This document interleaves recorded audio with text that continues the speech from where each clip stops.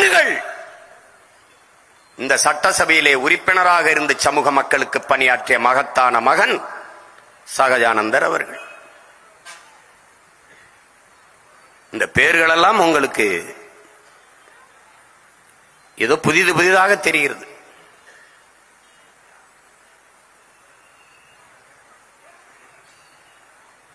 நம் இன அடையாளங்களை, நமது முன்னோர்களை, நமது இன வரலாற்றை மறைத்தால் தான் இவர்கள் அதிகாரத்தில் இருக்க முடியும் என்பதாலேயே இதை திட்டமிட்டு செய்தார்கள்.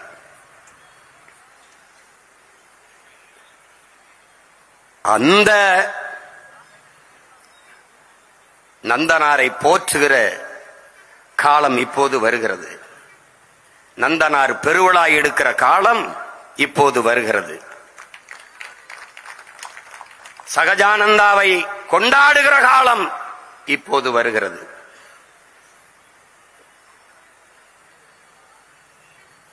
வருகிற ஜூலை 7ஆம் தேதி நம்முடைய தாத்தா ரெட்டமலை சீனிவாசர் அவருடைய பிறந்த நாள். பிறப்பின் அடிப்படையிலே உயர்ந்தவன் தாழ்ந்தவன் என்ற பாகுபாடு பாராட்டுகிற இந்த கோட்பாட்டை தகர்த்து எரியாமல் இதற்கு மாற்றாக நீ ஒரு மாற்று கோட்பாட்டை உருவாக்கி கொள்ளாத வரை உனக்கு விடுதலை இல்லை என்ற பெருமுழக்கத்தை முன்வைத்த பெருமகனார் நம்முடைய தாத்தா ரெட்டமலை சீனிவாசன் அவர்கள். இந்த கூட்டத்தில் எந்த சொல் உன் மீது இழி சொல்லாக சுமத்தப்படுகிறதோ அந்த சொல்லை எழுத்து சொல்லாக மாற்றாத வரை உனக்கு விடுதலை இல்லை என்ற முழக்கத்தை முன்வைத்தவனும் அவர்தான். இந்த கூட்டத்தில் எவன் பறையன் என்று கேட்டால் நான் தான் என்று திமிரி எழு என்று கற்பித்தவனும் அவர்தான். எது இழிவென்று கருதுகிறானோ அதையே எழுச்சி என்று காட்டு. ஆம், நான் தான் பறையன், இப்ப என்ன என்று கேள். அந்த பெருமகனார் பிறந்த நாள் இனி வரும் காலங்களிலே தமிழ் தேசிய பிள்ளைகளால் பறையர் ஆதி தமிழன் எழுச்சி நாளாக நாடெங்கிலும் கொண்டாடப்படுகிற நாளாக மாறும். கருணாநிதி பிறந்த நாள் செம்மொழி நாளாக கொண்டாடப்படுகிற போது எங்கள் தாத்தா ரெட்டமலை சீனிவாசனார் பிறந்த நாள் தமிழர் எழுச்சி நாள், பறையர் எழுச்சி நாளாக கொண்டாடப்படக்கூடாதா?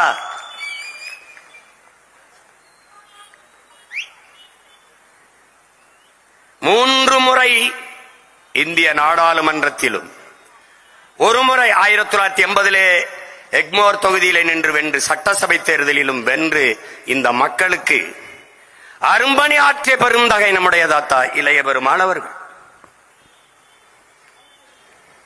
1950 காலகட்டங்களில் பறையடிப்பது இழிவு என்று கருதப்பட்ட காலம். அது சாவுக்கடிக்கிற வரை, அது தாழ்த்தப்பட்டவன் அடிக்கிற இசைக்கருவி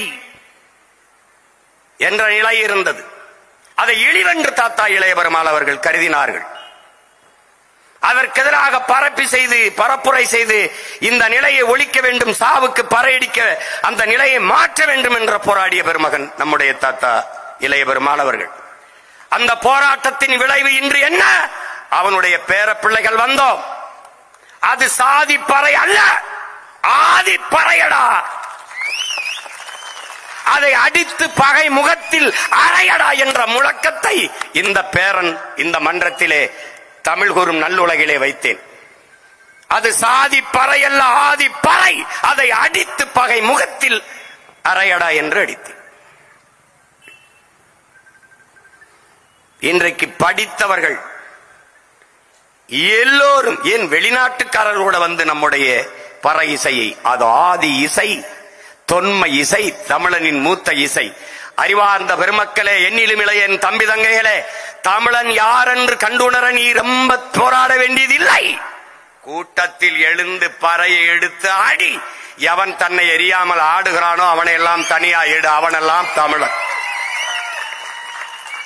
அவன் பரம்பரை இசையடா. அவன் ரத்த நாளங்களிலே ஊறி இருக்கிறதா பறையின் இசை. எந்த இசை அடித்தாலும் ஆவேசம் வராது, ஆட்டமும் வராது.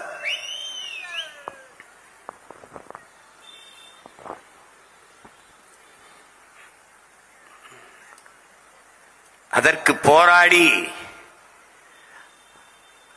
அது சாதி பறையல்ல ஆதி தமிழன் இசைக்கருவி என்று மாற்றிய பெருமகன் நம்முடைய தாத்தா இளைய பெருமாள் அவர்கள்.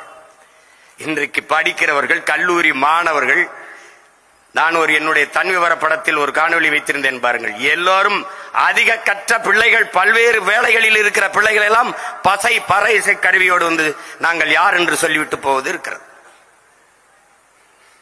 ஒரு சாதியின் பறையல்லடா, அது ஒரு இனத்தின் இசை கருவி என்பதை என்னிலும் இளைய என் தம்பி தங்கைகள் புரிந்து கொள்ள வேண்டும். பேரார்வம் கொண்டிருந்தேன் அதை கற்றுக்கொள்வதற்கு. என் தம்பிகள் 6 மாசமாவது அதுக்கு நேரமாகும் என்றார்கள். அது எங்க இருக்கிறது? தம்பி தங்கச்சியில் அடிக்கும் போது பார்த்து ரசிச்சுட்டு போயிட வேண்டியதுதான்.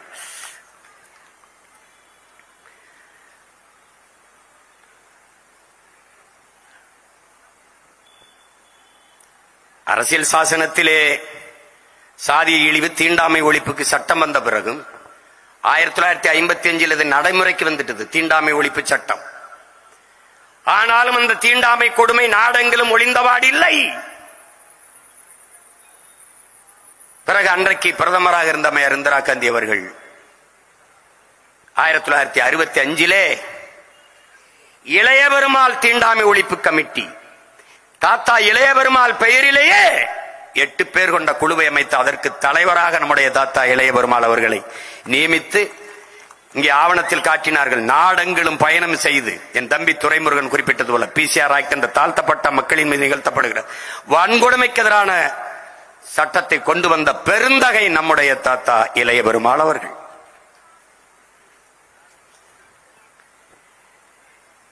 இதெல்லாம் இளைய தலைமுறை பிள்ளைகளின் இதயத்தில் நாங்கள் தூவுகிற விதை.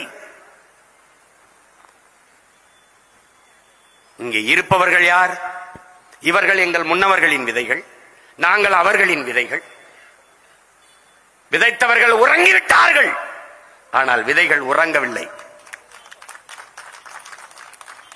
என் முன்னவர்கள் விதைத்த விதையில் ஒற்றை மகன் சீமான் என்கிற விதை வந்தது. 37 லட்சம் விதைகள் முளைத்திருக்கிறது இந்த மண்ணிலே. இந்த 37 லட்சம் விதைகளும் விழுந்து எழுந்தால் 3 கோடி 4 கோடியாவது எம்மா நடக்காமல் போய்விடுமா என்ன?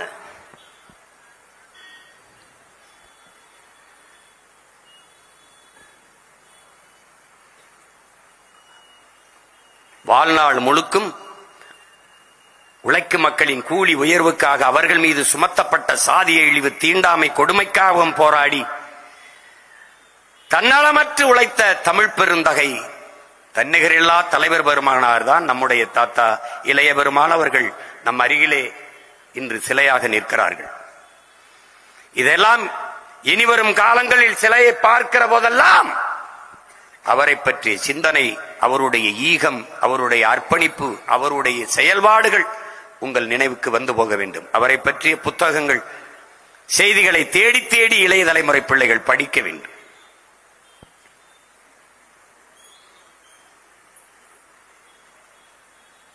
நம்முடைய தாத்தா ஆணைமுத்தவர்கள் இந்தியத்தில் தொடங்கி திராவிடத்தில் தொடர்கிறேன். தாத்தா ஆணைமுத்தவர்கள்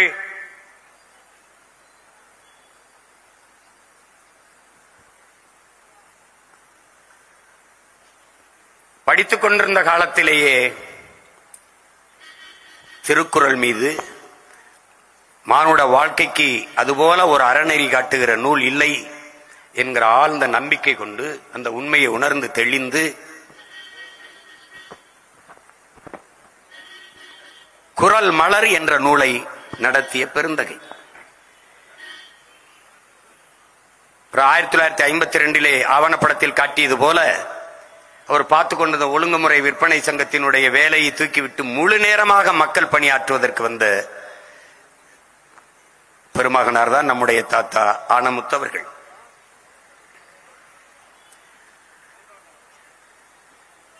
இங்கே சமூக நீதி, இடப்பங்கீடெல்லாம் பேசுகிறோம். அந்த சமூக நீதியின் காவலன், சமூக நீதியின் நாயகனே நம்முடைய தாத்தா ஆணைமுத்தவர்கள் தான்.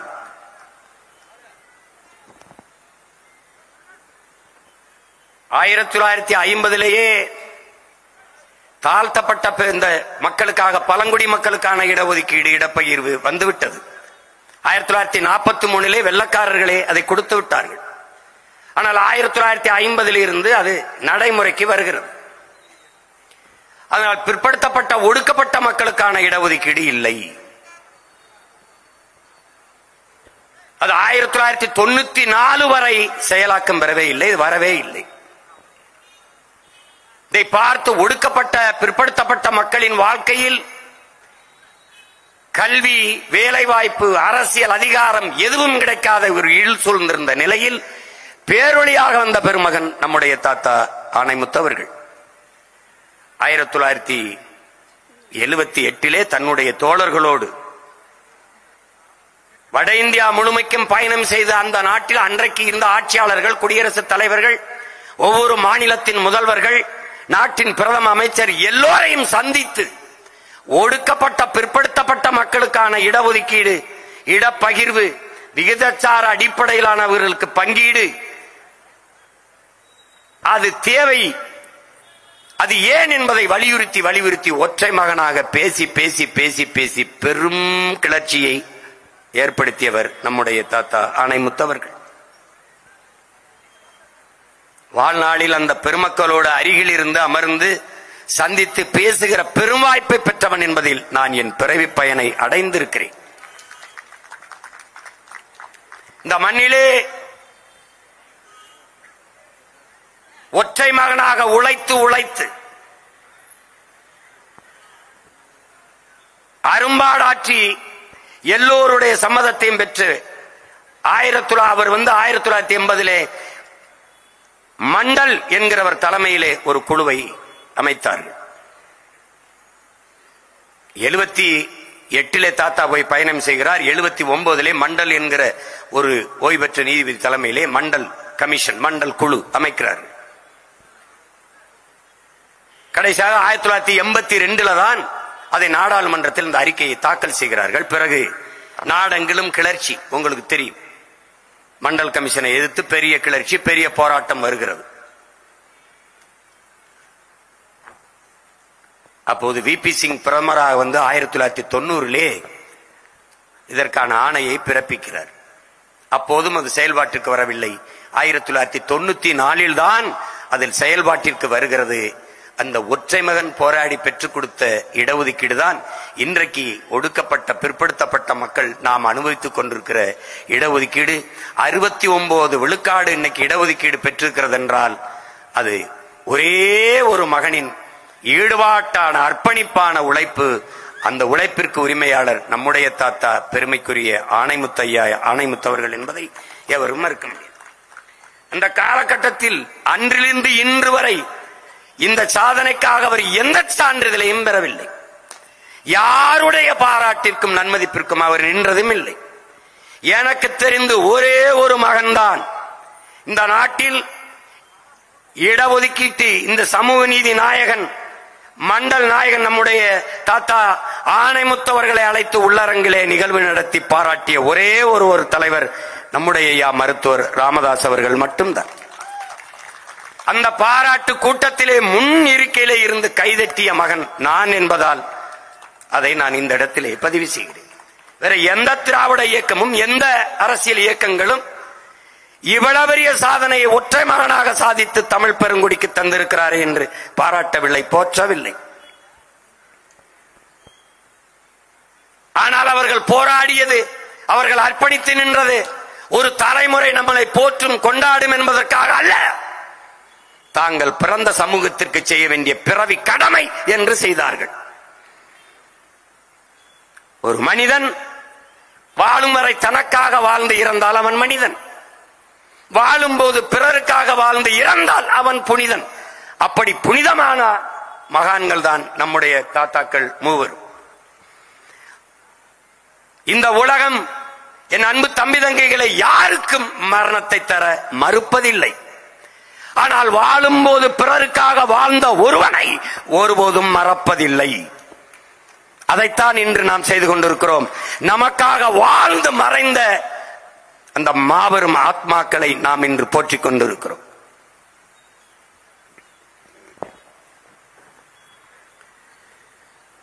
அப்படிப்பட்ட ஒரு சமூக நீதி சரித்திர நாயகன் நம்முடைய தாத்தா ஆணைமுத்தவர்கள். இந்த மண்ணிலே இந்த நிலப்பரப்பு, இந்த நாடு அடிமைப்பட்டு கிடக்கும் போது, அது விடுதலைக்கு போராடி சிறைப்பட்ட போது பெற்ற பிள்ளைகளோடு சிறைக்கு சென்ற வீர பெருமாட்டி நம்முடைய பாட்டியார் அஞ்சலை அம்மாள் அவருடைய அரசியல் உதவியாளராக நம்முடைய தாத்தா பணியாற்றி இருக்கிறார் என்பது வரலாற்றில் பெரும் சிறப்பு.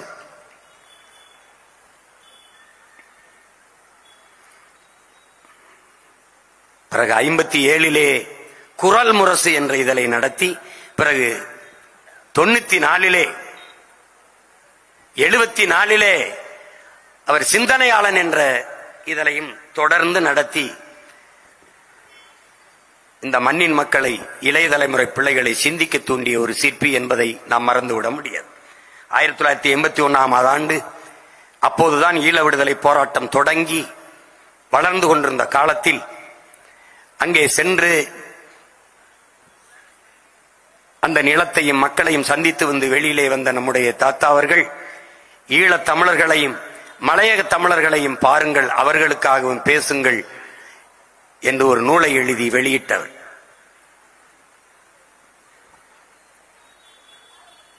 அப்படிப்பட்ட நம்முடைய தாத்தா ஆணைமுத்தவர்கள் ஐயா ஈவே ராமசாமி அவர்களினுடைய பெருந்தொண்டராக இருந்தார்.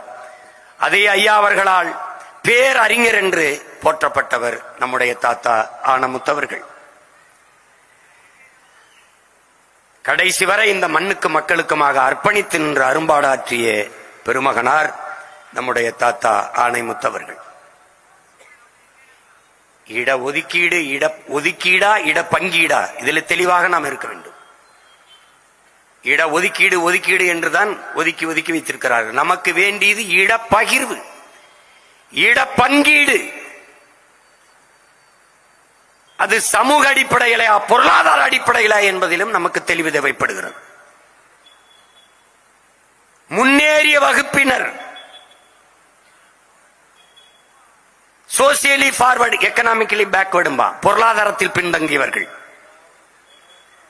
நாம் சோசியலி எக்கனாமிக்கலி பேக்வர்ட், சமூகத்தாலும் பொருளாதாரத்திலும் பின்தங்கிய மக்கள். இந்த நாட்டில் இடஒதுக்கீடு, இடப்பகிர்வு முறை என்பது ஏழை என்பதற்காக அல்ல, ஏழை பணக்காரன் என்பதற்கு கொண்டு வரப்படவில்லை. தீண்டத்தகாதவன், இழிசாதி, தாழ்ந்த மக்கள் என்பதற்காகவே கொண்டு வரப்பட்டது.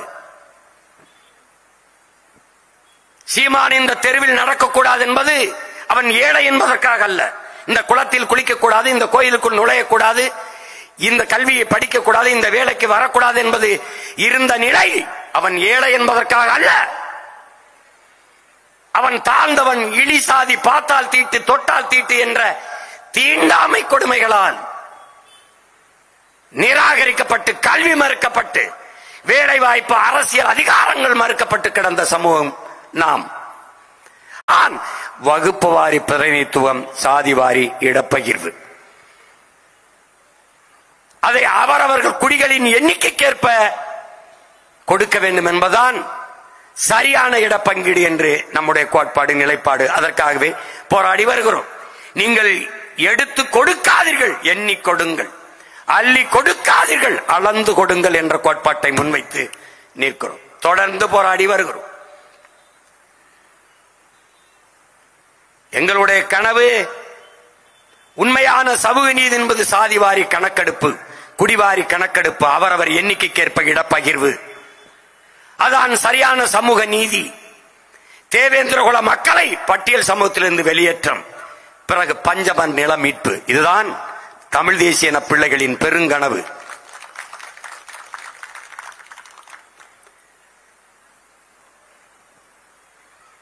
கடைசியாக திராவிட இயக்கங்களில் தொடங்கி பயணித்து வந்தாலும் நம்முடைய தாத்தாவினுடைய நிலைப்பாடு தமிழர்களுக்கென்று ஒரு தாயகம், அது தனித்தமிழில சோசலிச குடியரசு, பிரபாகரன் என்ற பெருந்தலைவனின் தலைமையிலே அது அமைய வேண்டும் என்பதுதான் அவருடைய இறுதி மூச்சு, அவருடைய பெருங்கனவு.